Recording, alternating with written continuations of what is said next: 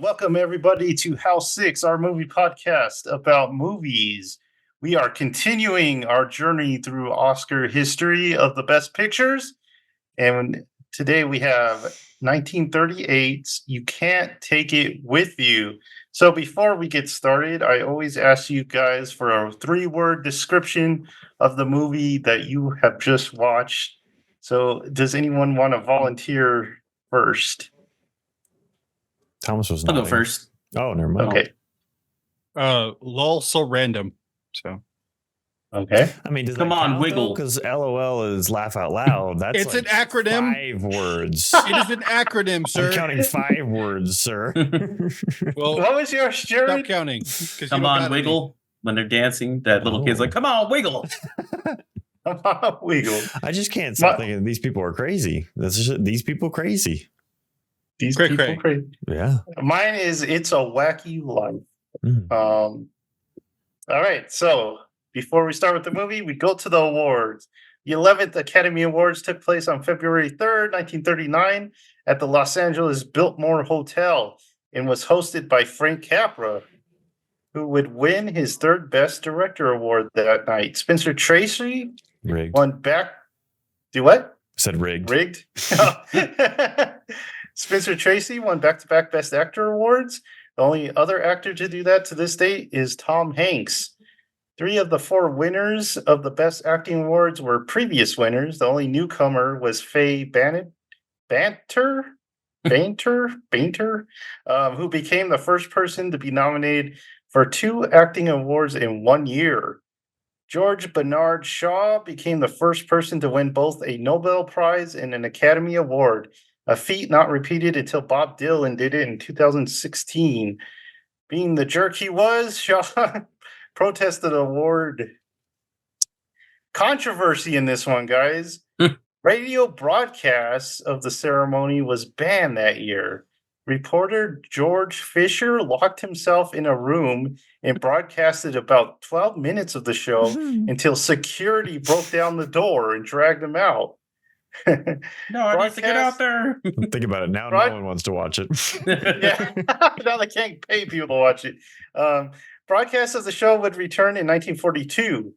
Best Picture winner, You Can't Take It With You, led the pack with 7 nominations, winning 2. The Adventures of Robin Hood won the most of the night with 3 awards. Le Grand Illusion was the first non-English film to be nominated for a Best Picture.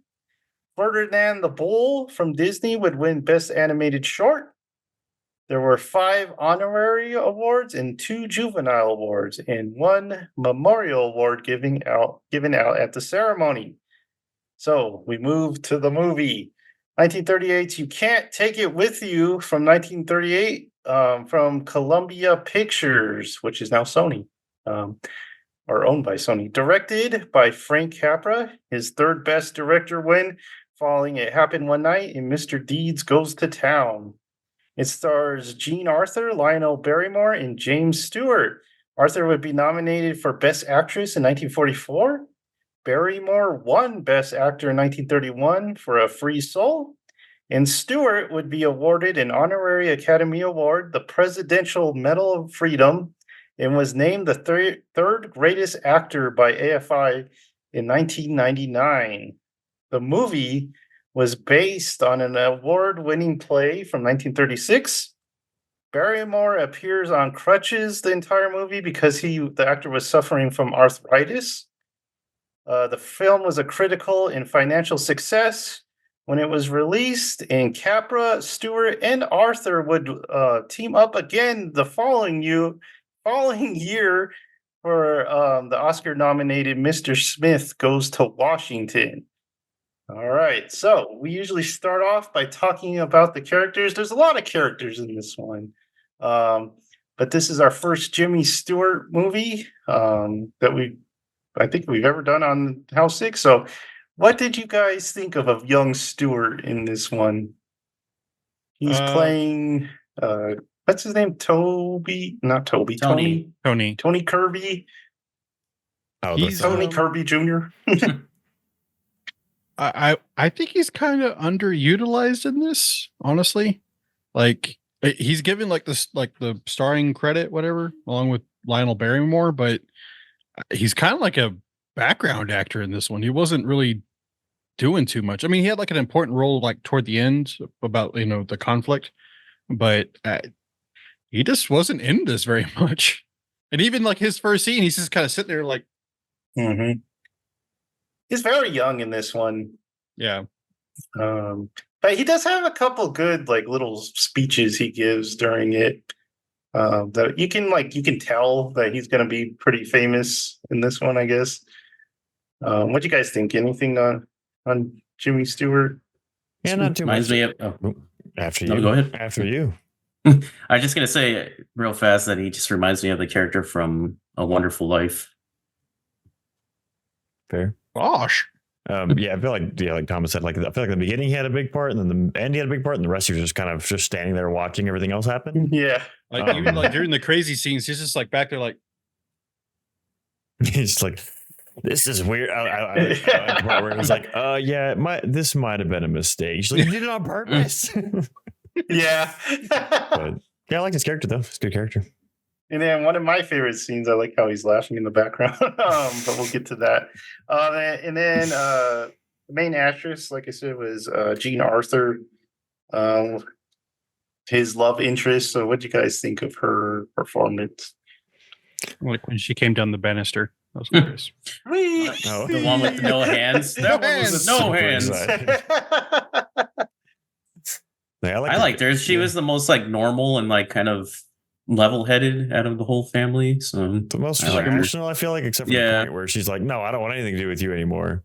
I'm wondering if this is like a precursor to like the Munsters, where they have like the normal child, and then the rest of them are like, oh, what's wrong with her? Like, I don't know. She's just normal. She I guess was a little weird in the beginning, though, when they're like talking on the phone, and that was weird when she was like sitting on this, like, hello, oh yeah. okay. And her voice took me a little while to get used to. Yeah, for sure. And like Jimmy Stewart's like, why are you answering the phone like that? But I liked her voice. It wasn't like old 30s kind of lady voice where it like just irritates my ears. And it's kind of nice. How you doing there, Sonny? Doing all right there? And then Lionel Barrymore, who we've actually seen before, he was in Grand Hotel. Mr. Kringeline. He's looking a lot like getting closer to Potter in this one. Yeah, so the poor guy had arthritis, couldn't even walk. He was going to play, what was he? He was going to be in the Christmas Carol. I think he was going to play Scrooge or something, so he had to drop out of that. Dang. Yeah. So what you guys think of him, though? He's got a big part in this. I loved his character. His character was great. A little naive, but great.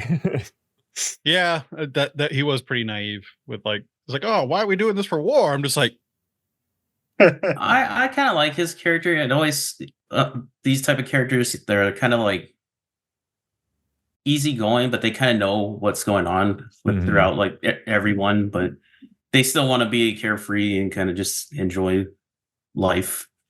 did like his when they're talking about, it's like, sir, what about battleships? Like, do you know the last time we used battleships?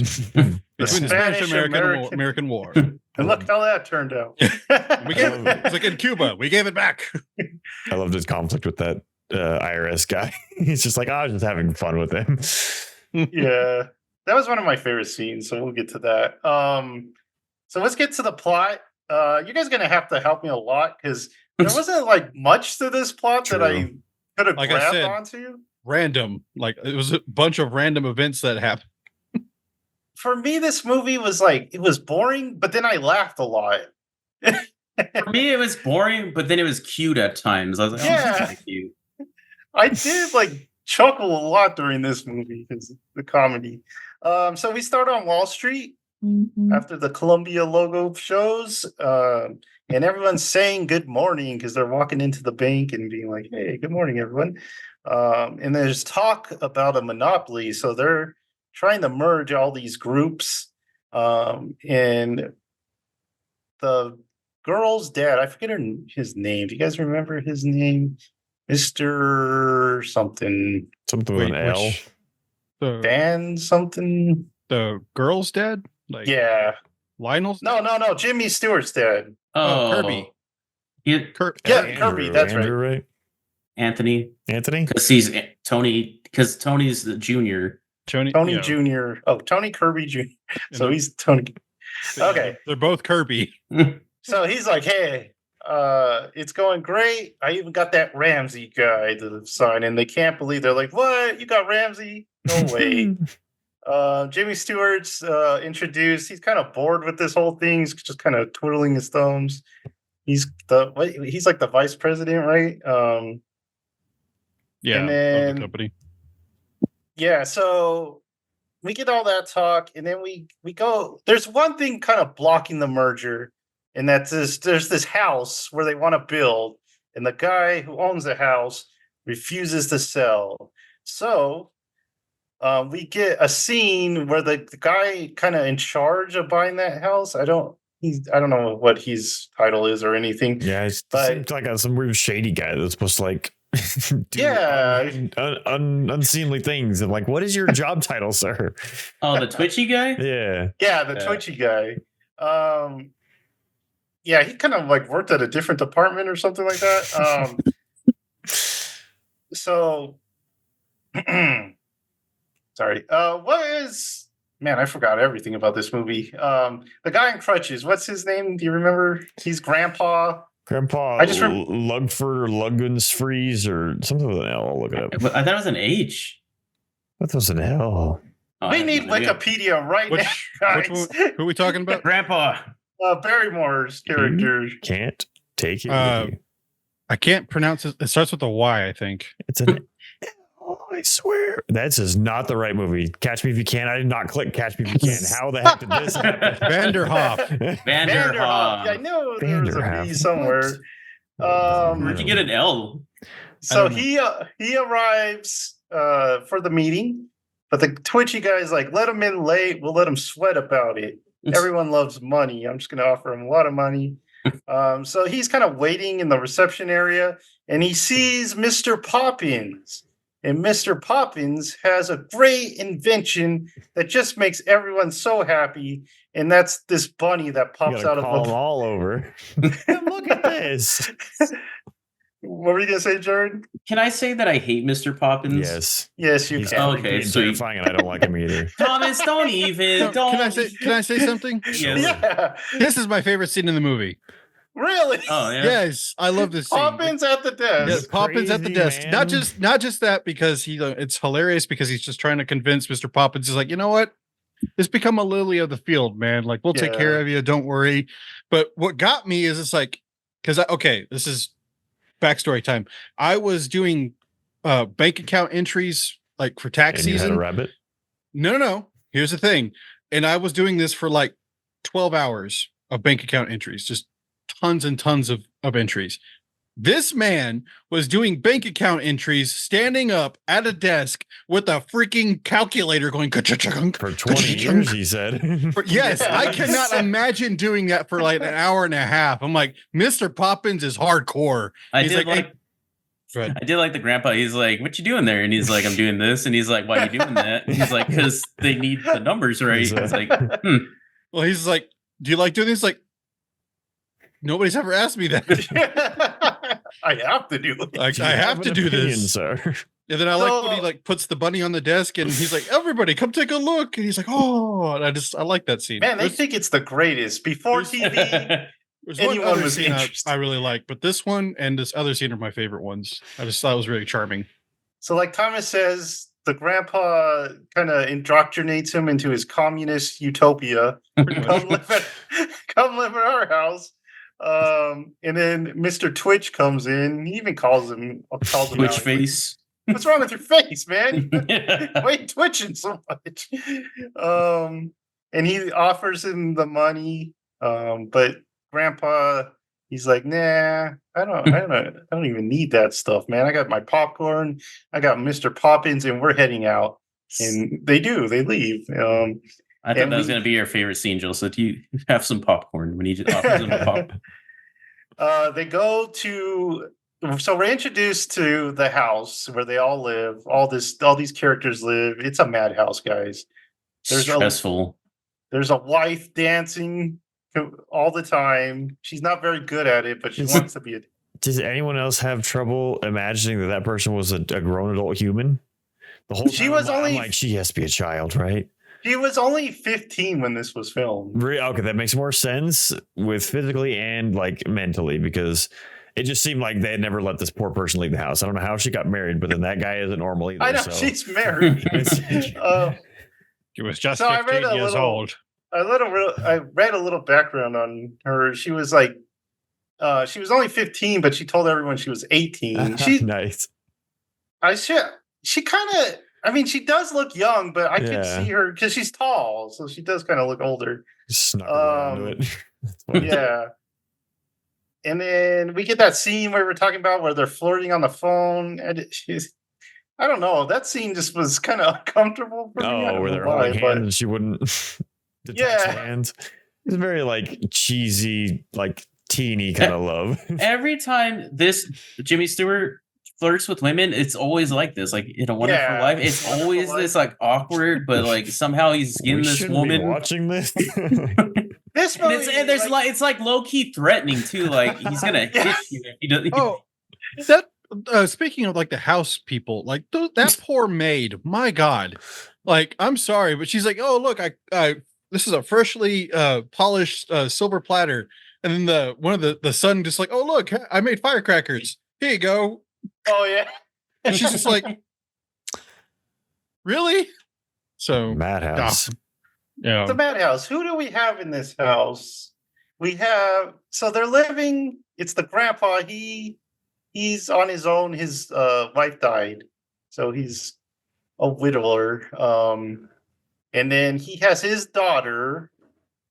What, I'm forgetting their names, but that's the main character's love interest's name, Sinclair. I think they're the Sinclairs, right? Yeah. So she's like this weird playwright. She wannabe playwright. She's constantly on the typewriter. She's also an artist. Have you ever been in a monastery? She Dude, had. I Yeah. also hated this character. Really? Yeah. I love the fact that she started writing because the typewriter was mistakenly delivered. She's like, a sign, I will be a writer. That's a I good. mean, that's a good Yeah. excuse. She has this kitten on her desk the whole time. Yeah, it's like a paperweight cat. Yeah. And then she is married to the firework maker, right? So that all Yeah. he cares about, he doesn't have a license. He's making gunpowder without a license. And he has this assistant who's like this older guy that's always in the lab with him. I don't know. You can read into that what you want. He was the Iceman. And then they have a kid. That's the daughter, and she's the main character's love interest, right? Alice is her name, right? Yeah. Mhm. And then she has a sister who's the dancing one, right? And Mhm. she is married to this guy that seems like he's always in college or something. Alabama, like because he's- isn't there always like an yeah. Alabama Yeah, pendant? mine, Yeah, he loves Alabama, so I think he's enrolled in. They're in New York, so I don't know how he's Knowing taking him, internet. like looking at that character, I would guess he probably didn't get in, but told everyone he did, and so he just put all the memorabilia up to seem like he successfully went to Alabama. But no, he just plays xylophones all day, and He This gets guy, down on that xylophone. This guy is the perpetual college child. Like, Yeah, never he grew looks up. like he's 36 or Yeah. something. Never grew up, is interested in women way too young for him, Mm. and apparently is like a secret communist. So yeah, Yeah. What was the with the revolution- communist? I don't Communism know. this It, week. it just kept kind of showing up because also like then they have a Russian friend who comes over randomly to dance. It's just like Russia, What? Yeah, that Russian man was friend. alarming, dude. He was funny though. I It love was funny. Yeah, he was funny. the next time we wrestle, take your glasses off. They have kind of the unfortunate black servants in their house. They're the maid and she's Honestly, fiance. They seem to be the most normal people in this house. Yeah, they're definitely the most normal. And the kind of stereotypical guy that's always like running to get them food and stuff like that. Is that it? Is that the house? I did like the The maid's fiance. It's like, I'm tired. He's like, you're born tired. You haven't done anything today. He's like, I know. I don't know why I got to do your work if I'm just because we're engaged. I think that's all the house, right? That's the Yeah. bad house. think so. They had Poppin, but yeah. that's about it. Oh, Poppins gets added Add to that, make man. masks and stuff He like gets that. recruited. And to freak everyone. He gets indoctrinated into this cult. They scare Put him in him the at basement. first though, because they got fireworks going off, and he's like freaking out. Welcome to the He cult. keeps trying to Let's leave. go to the basement. I like how he keeps trying to leave, like as soon as something happens, and they're like, "Oh, come back." Okay, so where was I? Firecrackers, phone flirt. We beat Jimmy Stewart's mom, who's like, "I'm not having this. I don't want him to marry her. She's weird." Now this is the worst character, Jared. The mom, Yeah. She's just a typical like high class but lady. But, So Snooty lady. just so snooty. I'm not a fan. yeah.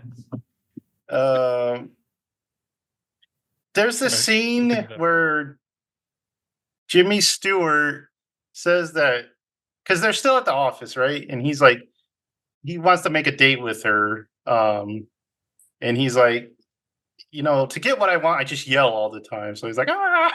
That's a weird scene. It's very alarming too. Especially when that poor bellboy just walks in. He's like, ah. No one wants to move. There's a scene where the grandpa's like on the street, and for some reason, everyone loves this family. I don't know why.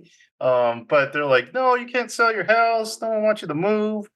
And none of the people that live there want to move. Working, I don't know what that means. There's an announcement. Oh, they start working in the basement. I remember this. Even though like the crow. This movie is proto It's a Wonderful Life, because there's a ton of stuff that's in A Wonderful Life that's in this movie that they're like trying to work out. And that's like the weird uncle with the crow in A Wonderful Life. They have the crow here. It's working. They're working on fireworks. They're talking about because they want to do a show or something like that. A fireworks show, and they need ideas. And Mr. Poppins is like, hey, let's do the Russian Revolution. And they're like, that's a great idea. So we'll just, we'll put these pamphlets and candies that says like, come see the revolution or something like that. So The revolution is coming. Yeah, that'll play into the later scenes. And then Alice comes home and she wants to make an announcement. She's been courted and she's really, she pretty much just wants to marry this guy already. And they're like, you barely met him. And she's like, and everyone's like, oh, we barely met our wives too. So it didn't take long.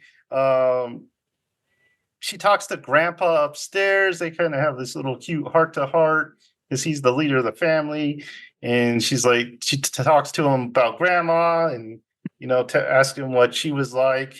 And then we get to my favorite scene. She gave him a harmonica. She gives him.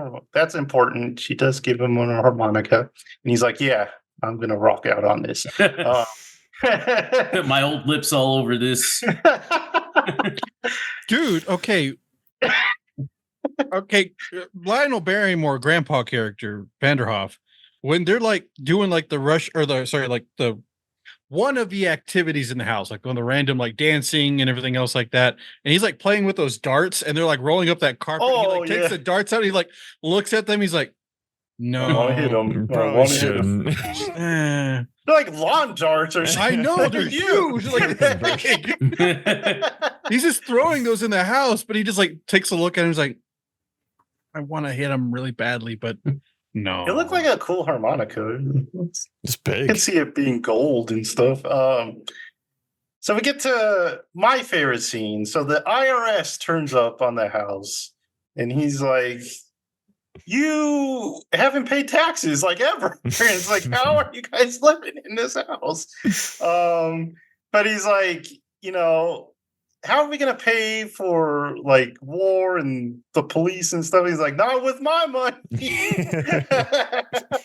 And he's like, what about interstate travel? And he's like, what, is there walls above between the states? You can't go. So they get interrogated. He starts interrogating the family. He asks the college guy, he's like, "Have you paid taxes?" And he's like, "I've never worked," or something like, or we made like $5 or something like that. Oh, the grandpa's like, "I don't believe," because Jimmy Stewart has arrived, and he's like watching this, cracking up. And the grandpa's like, "I don't believe in taxes." Jimmy Stewart's like, "Can't believe that you heard that." So they go on their date, right? The Russian guy comes in and she's telling, "Hey, we're going to the Monte Carlo Club or opera," and he's like, "That place stinks." And then, so they go on their date. Before they get to the opera, they go to this park, right? And they're kind of smooching it up on the bench. And then these kids come, this gang of kids, these little street toughs. yeah, and they like force them to pay them to make some music. Well, how much is it? It's $1. It's like a nickel or something like that. And then they force them to dance like some kind of crazed children. He's like was it the Applejack? Is that what they're teaching him? The dance. Yeah, the Big Apple or something like that. Yeah, Big Apple. He's like, dancing's illegal. He's like, so's necking. He's like, he got me there. Got a nickel? Or I'm sorry, it's a dime. He's like, "Can you take a nickel?" And the kid goes nuts. So yeah, they get attacked by this gang, and then finally the cop comes and saves them, and everyone runs away. Oh, he puts this sign on her that the kids had this sign about the dancing. So for some reason he puts it on the girl on her dress, and they take off, they run. But don't forget that sign. I just saw those kids. They remind me of Kid Nichols from Flapjack. They're just like, "Come on, sister, wiggle." Yeah.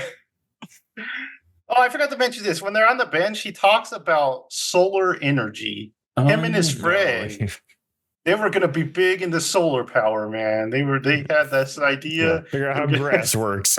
Yeah, they're going to figure out how plants make energy. But his loser friend got lazy. Yeah, and they got scared, so they didn't do it.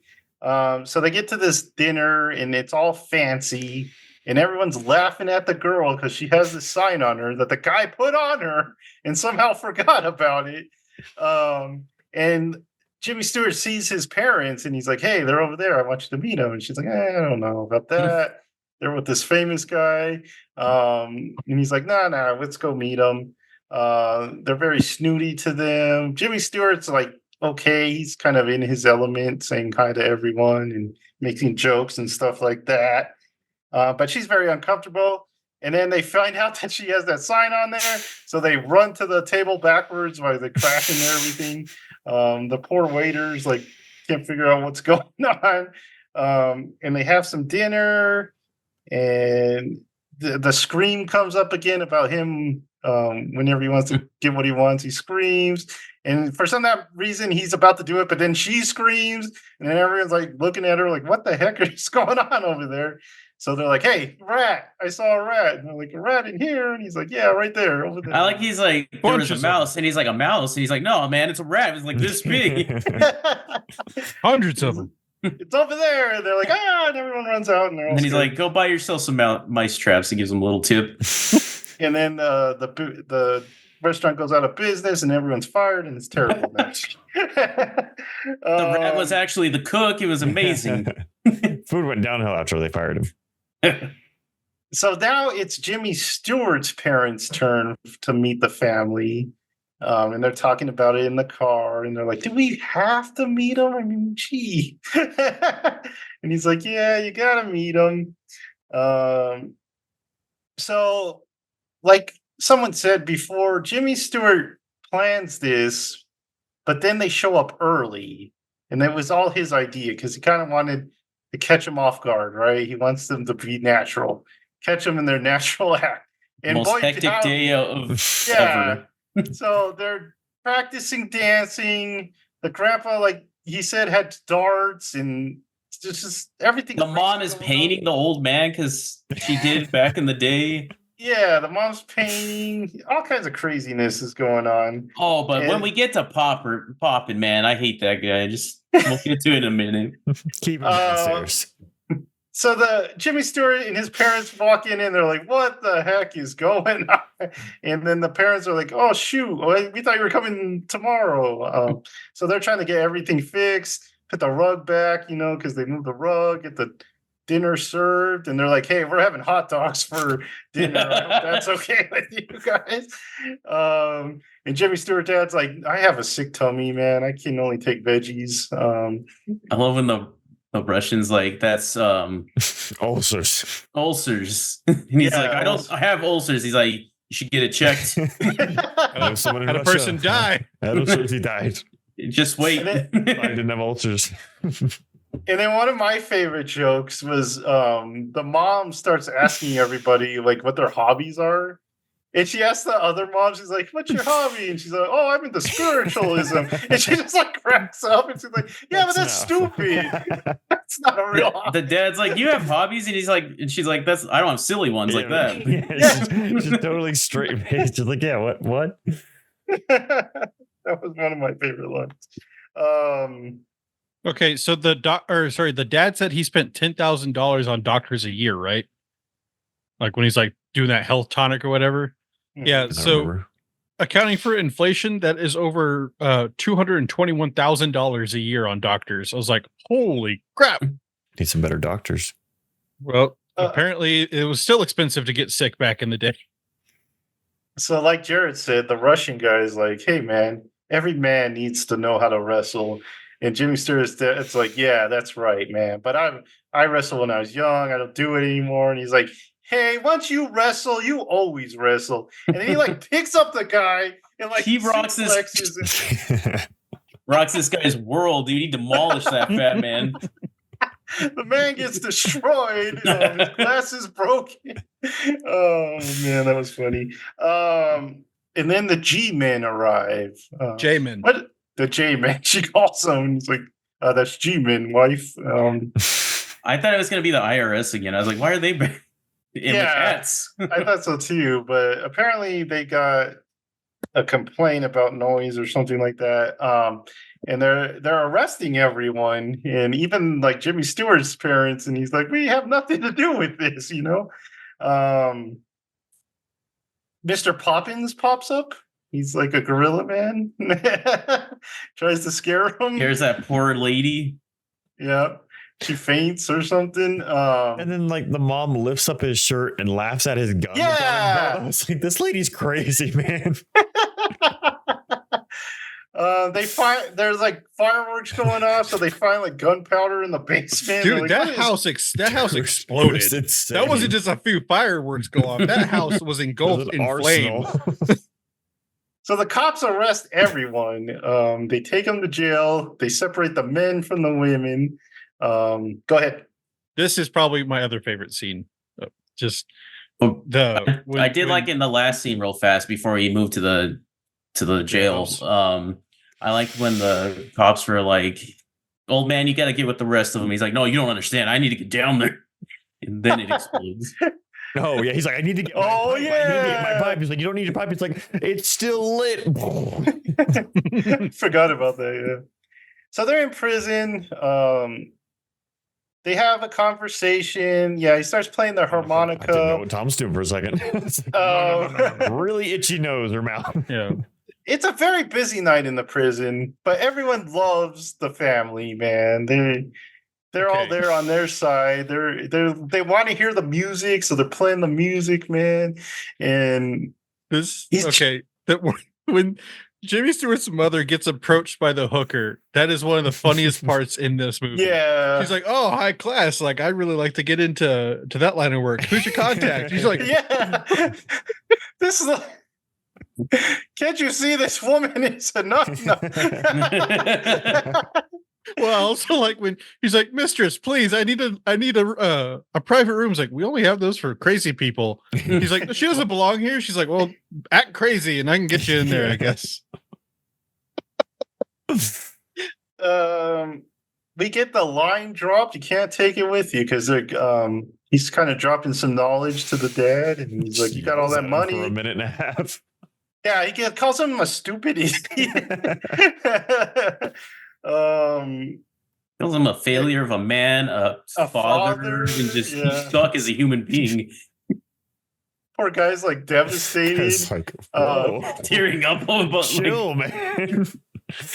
Meanwhile, the mom's like getting mad at Alice, saying like, you know, this is all your fault and stuff like that.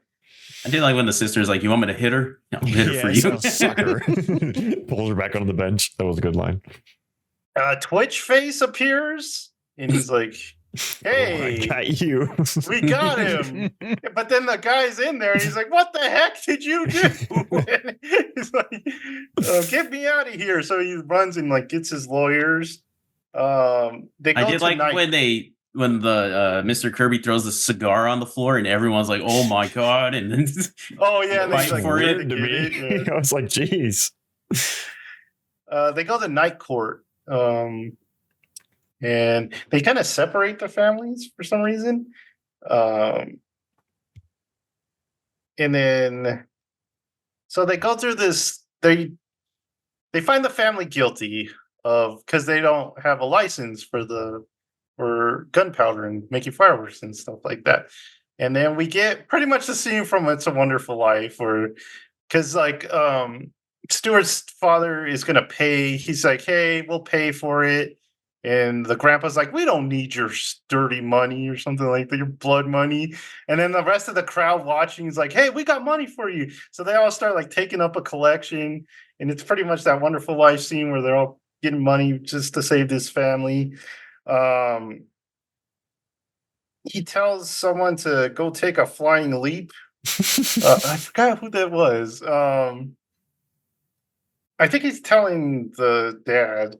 And then Alice gets very upset in the court because she thinks it's like that the guy shouldn't have ever introduced it. Like their love should never be just ruining everything. Your family sucks. Yeah, she hates the family and everything like that. So she like runs out, and there's like a big newspaper reporting on that, how he got dumped by like this, you know, this heir to this powerful family got dumped in court and stuff like that. Alice doesn't want to see him anymore because he kind of goes over there and he's looking for her, but no, they won't tell her. Won't tell him where she is. She went to the wilderness. Yeah, she went upstate or something like that. So the grandpa's like, "All right, let's sell the house because, you know, we'll sell the house and then we'll go live with Alice, and she doesn't want to be anywhere near that guy." And they're like, "Oh, okay, that sounds like a good idea." The merger goes through. They got Ramsey. Ramsey comes in and he pleads for mercy. He's like, "Don't do this, man. You're an evil guy. You know, your money's going to end up killing you." And then Ramsey drops dead. And then Junior quits. He's like, "I don't want to do this anymore. I'm going to I'm going to go find that plant power, man." Ramsey dies. It's moving day. They're moving their stuff out. Everyone's leaving. Jimmy Stewart's still looking for her, even though they're moving. And he talks to Grandpa, and Grandpa's like, "Hey, we got her stuff. Maybe you should go check on that." So he sees Alice. She's there. Like the insinuation there first. He's like, "We can't tell you where they are, but there's a trunk of her stuff that's going where she is." That's all I'm gonna say. He's like, "Say no more," and he takes off to go jump in a trunk for a car ride. He sees Alice. He runs up to her, but she locks the door. He's like knocking on it, wanting to talk to her. She tells him, "Maybe go scream like a baby. You get what you want, huh?" Grandpa Kirby Sr. comes and he talks to Grandpa because he doesn't have a good feeling about anything. He thinks he's wasting his wife and stuff like that. So he wants Grandpa's advice. And Grandpa tells him pretty much that the harmonica fixes everything. So, you know, we just got to play it together. And they start singing Polly Wally Doodle all day or whatever. Everyone, if Alice comes out of the room to hear what's going on, everyone's happy. They're all dancing and harmonicaing it up. And then the last scene, they say grace, and everyone's happy, and the movie ends. So that I was did all- like that prayer because he's like, we got Mr. Kirby. Maybe we can convince the wife here in a bit. Yeah, that was Soften up her good. soul or something like that. We gotta thaw her out or That's what something. it was. So guys, we're almost done with the 40s, but what did you think? 30s. 30s. 30s, yeah. We're almost in the 40s. So what did you think of You Can't Take It With You? Jared, let's go to you first. About to say, Okay. Pretty much just what I said earlier was there were parts where it was boring. The house was very frustrating, but it was cute a lot of the times. And overall, I enjoyed it. I like a lot of the messages in there, like when the grandpa just goes off on the Mr. Kirby, and he's just like, "Man, you suck. All you is about is money, and you're just gonna lose it all." And then it just slowly falls apart for him with his only friend dying, and then his son leaves him. He's like, I hate this. I gotta go. And he's just like, how could you leave? And then they just play like a harmonica duet. It's And jamming then out. the wife gets there and he's like, come on, do that dance they're doing over there. And it just like really softens up. So it was super cute. I'd hate to live in that house, but I did enjoy it. I think you can live in that house. I think also Joseph lying that it was a musical Yeah, that really was weird. helped. Yeah. I was I confused. could have was like, swore I read that it was a musical I mean, somewhere. I I did don't too, know where I yeah. saw it. they sing a little bit, or they dance and stuff. Maybe. No, I could have sworn it was a musical. Yeah, that was weird. I don't know. Who's next? Michael? Sure. Yeah, I actually was very, because I don't know why, I was not in the mood to watch an older movie when I watched this movie. Mhm. So I went in with very low expectations, but I thoroughly enjoyed this movie. I thought it was hilarious. I think it's a confusing movie though, because I feel like the most rational thought or the most rational thing said is by the dad whenever that scene is where he's yelling at him. He's like, you're terrible this, you're terrible that. You just want to be a banker. He's like, who do you think provides the ability for you to do nothing? It's people like me. I was like, kind of the most rash thing that's said in the movie because everyone else is like, if we just do what we want, everything will be fine and everyone's happy. It's like, it's not really how it works, but it's a good message in the sense of like, let go a little bit and not so focused on all that, like the two extremes. But Yeah. you can tell like I like the grandpa a lot because he's kind of like that background puppet master of, he's like playing the harmonica and look up the stairs like, come on, calm down, listen, hear what's happening. But and he's throwing darts people. But I like his you just kind of see the story behind him and where he comes from, because he talked about he's been from that world and all that stuff tore him down so much. And finally he said, I'm going back down the elevator. I'm quitting. And I like how that's exactly what happened with the dad, is he was like, take me back down. Whenever like everyone's cheering and he's like, take me back down. The guy sends him back down the elevator. It was like that's a fun little circle moment. But I like the characters a lot, except for like we talked about the puppet man. He's terrifying and weird. That weird bunny mask dude. Oh, Mr. Poppins. Poppins. There you go. Didn't like him at all. He gave me eeks from the beginning. But all the other characters I enjoyed. The Russian man was crazy. He kind of scared me, but also in an endearing way. Although I don't know why he untucked his shirt so much and why his shirt was so long. That was confusing to me. That was the old days, man. He got really shocked when it was out. He's like, oh, shoves it back in. But yeah, I definitely thoroughly had a lot of fun with this movie. Like you said, Joseph, like I was laughing through the whole thing. I wasn't expecting that much of it, but because normally it's like, oh, that's kind of like, cute, awkward, old humor. But this was like genuine laughter for me for the movie. I was like, this was really funny. Super good characters. But yeah, very much enjoyed. I forgot I was going to say this is very much like a mixture of Meet the Robinsons and A Wonderful Life, because it's that quirky family that kind of values creativity over anything else. And it just, all the Wonderful Life kind of, like Joseph said, was the proto or test version. How did that house survive? Like, I don't know, because it was on fire. Oh, and I also have to mention this other part of the movie that killed me, because I'm like, the whole thing was like, hey, we're hinging on you not to sell your house. We're like, you need to not do this thing. I don't care what happens, because all of us have to move. And he's like, yeah, we're gonna move. Like, screw all these other people. I was like, that was the one point I'm like, that's not really following this guy's kind of character of being with the people and everything. They just, helped him out with all the money and everything, and they were all there for him, and then he's just going to bail on him. I was like, that was kind of lame. Didn't like that part, but they ended up saying so it was okay in the end. Anyway, you can go ahead, Thomas? sometime. This was kind of an odd movie. I didn't like love it. I didn't hate it. It was just kind of, I liked a lot of the characters in this, but the story was just kind of not really there. It's Honestly, very predictable. yeah, and I think the story is mostly more about, or the movie's more about the characters than the actual story. So it was just kind of an odd screwball movie. I'm surprised it won Best Picture and it was financially successful, to be honest with you.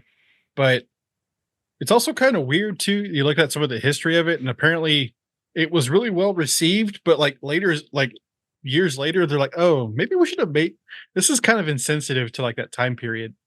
Not like the racial thing.